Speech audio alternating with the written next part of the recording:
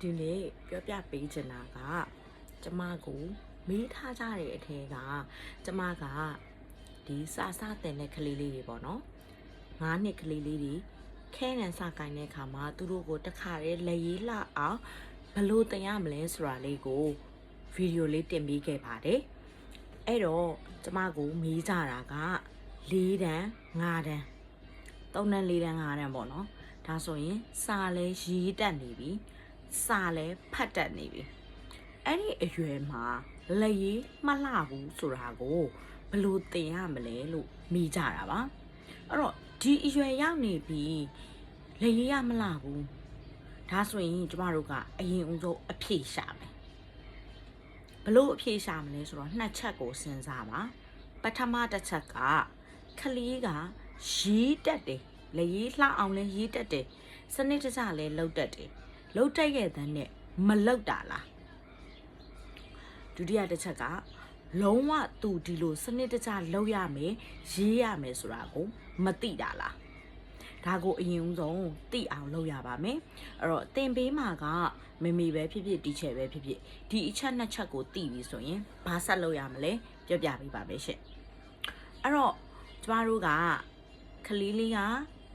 လက်ရေးလှအောင်ရေးတတ်တယ်မရေးတာဆိုရင်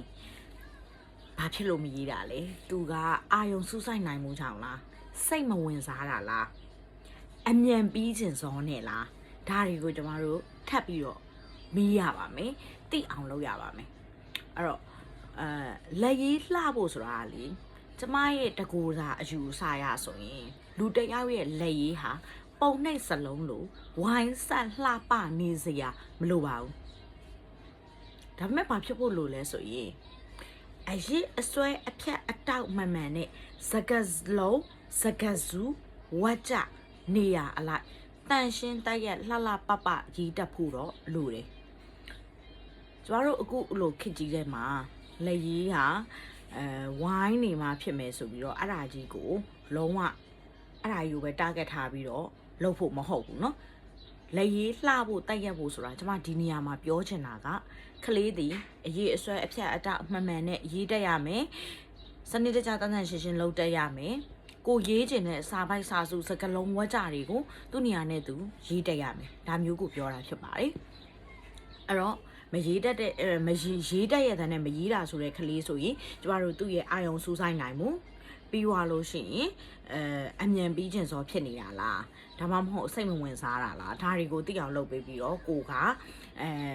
ဒီအချိန်မှာတသားကသို့မဟုတ်မိမိရပါเนาะဒီစာဆောင်လေးကိုဒီလိုလေးရေးလိုက်အောင်နှစ်ခုရှင်ရေးထားတာလေးကိုပြကြည့်စိတ်ဝင်တစားရေးထားတာနဲ့စိတ်ဝင်တစားမရေးထားတာနဲ့ဆိုရင်ဘာကိုကွာလဲဒါသူကိုယ်တိုင်ကွာခြားချက်ကိုသိပြီးတော့သူကိုယ်တိုင်လက်ခံပြီးလှုပ်လာအောင်ကျမတို့ကလမ်းညွှန်မရမှာဖြစ်ပါတယ်အဲ့ဒါကိုလှုပ်ပေးလို့မရအောင်ခလေးကိုယ်တိုင်နားလေသဘောပေါက်လာမှာဖြစ်ပါလိမ့်မယ်ဒါကရေးတတ်ရတဲ့နဲ့မရေးတဲ့ကလေးကိုပြောတာပါအဲ့တော့ဒါမျိုးမလုပ်တော့ဘူးမရေးတတ်ဘူးဆိုရဲကလေးကြရင်ကျမတို့ဘလို့သိမလဲအဲ့တော့သူကမရေးတတ်ဘူးဆိုတဲ့နေရာမှာကျမတို့အခြေခံမှာတော့ကအခြေခံဆိုတော့ဒီဘီးတွေအခရာတွေအရေးအစွဲတွေစတင်တဲ့ KG grade 1မှာတော့ကသူမပိုင်နိုင်ခဲ့လို့လားပေါ့နော်အခြေခံမကောင်းခဲ့တာလားဒါကိုကျမတို့ပြန်ပြီးတော့စဉ်းစားရမယ်ဒါဆိုသူ့ကိုကျမတို့ကဘာလုပ်မလဲဆိုတော့လေးစောင်းမြင့်မှာဖြစ်ဖြစ်နှစ်ချောင်းမြင့်မှာဖြစ်ဖြစ်အခရာတွေကိုခြာရေးခိုင်းမှာဘီးတွေကိုခြာရေးခိုင်းလိုက်နောက်တစ်ခါအရေးအစွဲပြည့်ရင်ဆွဲထိုးတွေကိုရေးခိုင်းလိုက်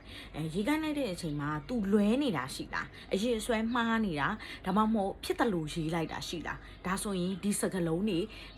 ပုံစံတွေကိုပြန်လေ့ကျင့်ပေးမယ်ရေးအခရာပဲဖြစ်ဖြစ်ပြည့်ရင်ဆွဲထိုးတင်ငေတာတွေပဲဖြစ်ဖြစ်ကျမတို့ကပြန်လေ့ကျင့်ပေးမယ်အဲ့ဒါပြီးသွားလို့ရှိရင်သူ့ကိုနှလုံးတွဲရေးခိုင်းမယ်သုံးလုံးတွဲရေးခိုင်းမယ်အဲ့ကနေမှဝတ်ကြရေးခိုင်းမယ်အဲ့လိုမျိုးကျမတို့ကတက်စင်ရင်းသွားပြီးတော့လေ့ကျင့်ပေးရပါမယ်ဒါပေမဲ့ဒါကလေစာတင်နေတဲ့အချိန်မှာသူ့ကိုအချိန်ကြီးတွားယူပြီးတော့လုံးလို့မရဘူးသိလားဘာလို့လဲဆိုတော့ခလေးကလေအများနဲ့စာဖြစ်နေလို့မရဘူးចောင်းစာတွေပါလာအောင်မယ်အိမ်စာတွေပါလာအောင်မယ်အပြင်တင်တန်းနေရလဲရှိအောင်မယ်ဒီကြားတွေကမှဒီလေရေးမလာတာအတွက်လဲနောက်ထပ်နိုင်ဝက်တနားကြီးတင်အောင်မယ်ဆိုလို့ရှင်ဘလို့မှအဆင်မပြေဘူးအာယုံလဲရမှာမဟုတ်ဘူးအဲ့တော့ကျမတို့ကခလေးရဲ့အားလက်ချိန်ចောင်းပိတ်ရက်ဒီပဲဖြစ်ဖြစ်ဒါမှမဟုတ်တနေ့ကိုအချိန်သတ်မှတ်မယ်ဆိုလို့ရှိရင်လဲ10မိနစ်ကနေ15မိနစ်လောက်ပဲဖြစ်ဖြစ်အကောင်းဆုံးကတော့စမ်းမနွေရာသီမှာပြင်ဆင်ပေးတာပိုကောင်းပါတယ် ရုပ်တရက်ကြီးကြကမှအခုချက်ချင်းထားကိုရရမယ်ဆိုပြီးတော့တစ်နေ့ကိုတစ်နာရီနှစ်နာရီလုပ်ပေးလို့လဲဘာမှထူးခြားလာမှာမဟုတ်ပါဘူးเนาะအဲ့တော့ကျွန်မအခုပြောပြခဲ့တာက grade 4 5အတန်းကြီးတွေလက်ရေးမလိုက်ရင်ဘယ်လိုပြင်ရမလဲဆိုတာမျိုးလေးကိုကျွန်မသိသလောက်လေးပြောပြပေးတာဖြစ်ပါတယ်ကိုကအတန်းကြီးတွေကိုလက်ရေးပြင်ပေးခဲ့ဘူးတယ်ဆိုလို့ရှိရင်လည်းအတွေ့အကြုံလေးတွေကို comment မှာရေးပေးခဲ့လို့ရပါတယ်ရှင်တခြားမေမေတွေတီချယ်တွေလည်းလေ့လာလို့ရအောင်ပါကျေးဇူးတင်ပါတယ်ကျွန်မကတော့တီချယ်ပန်းပါရှင်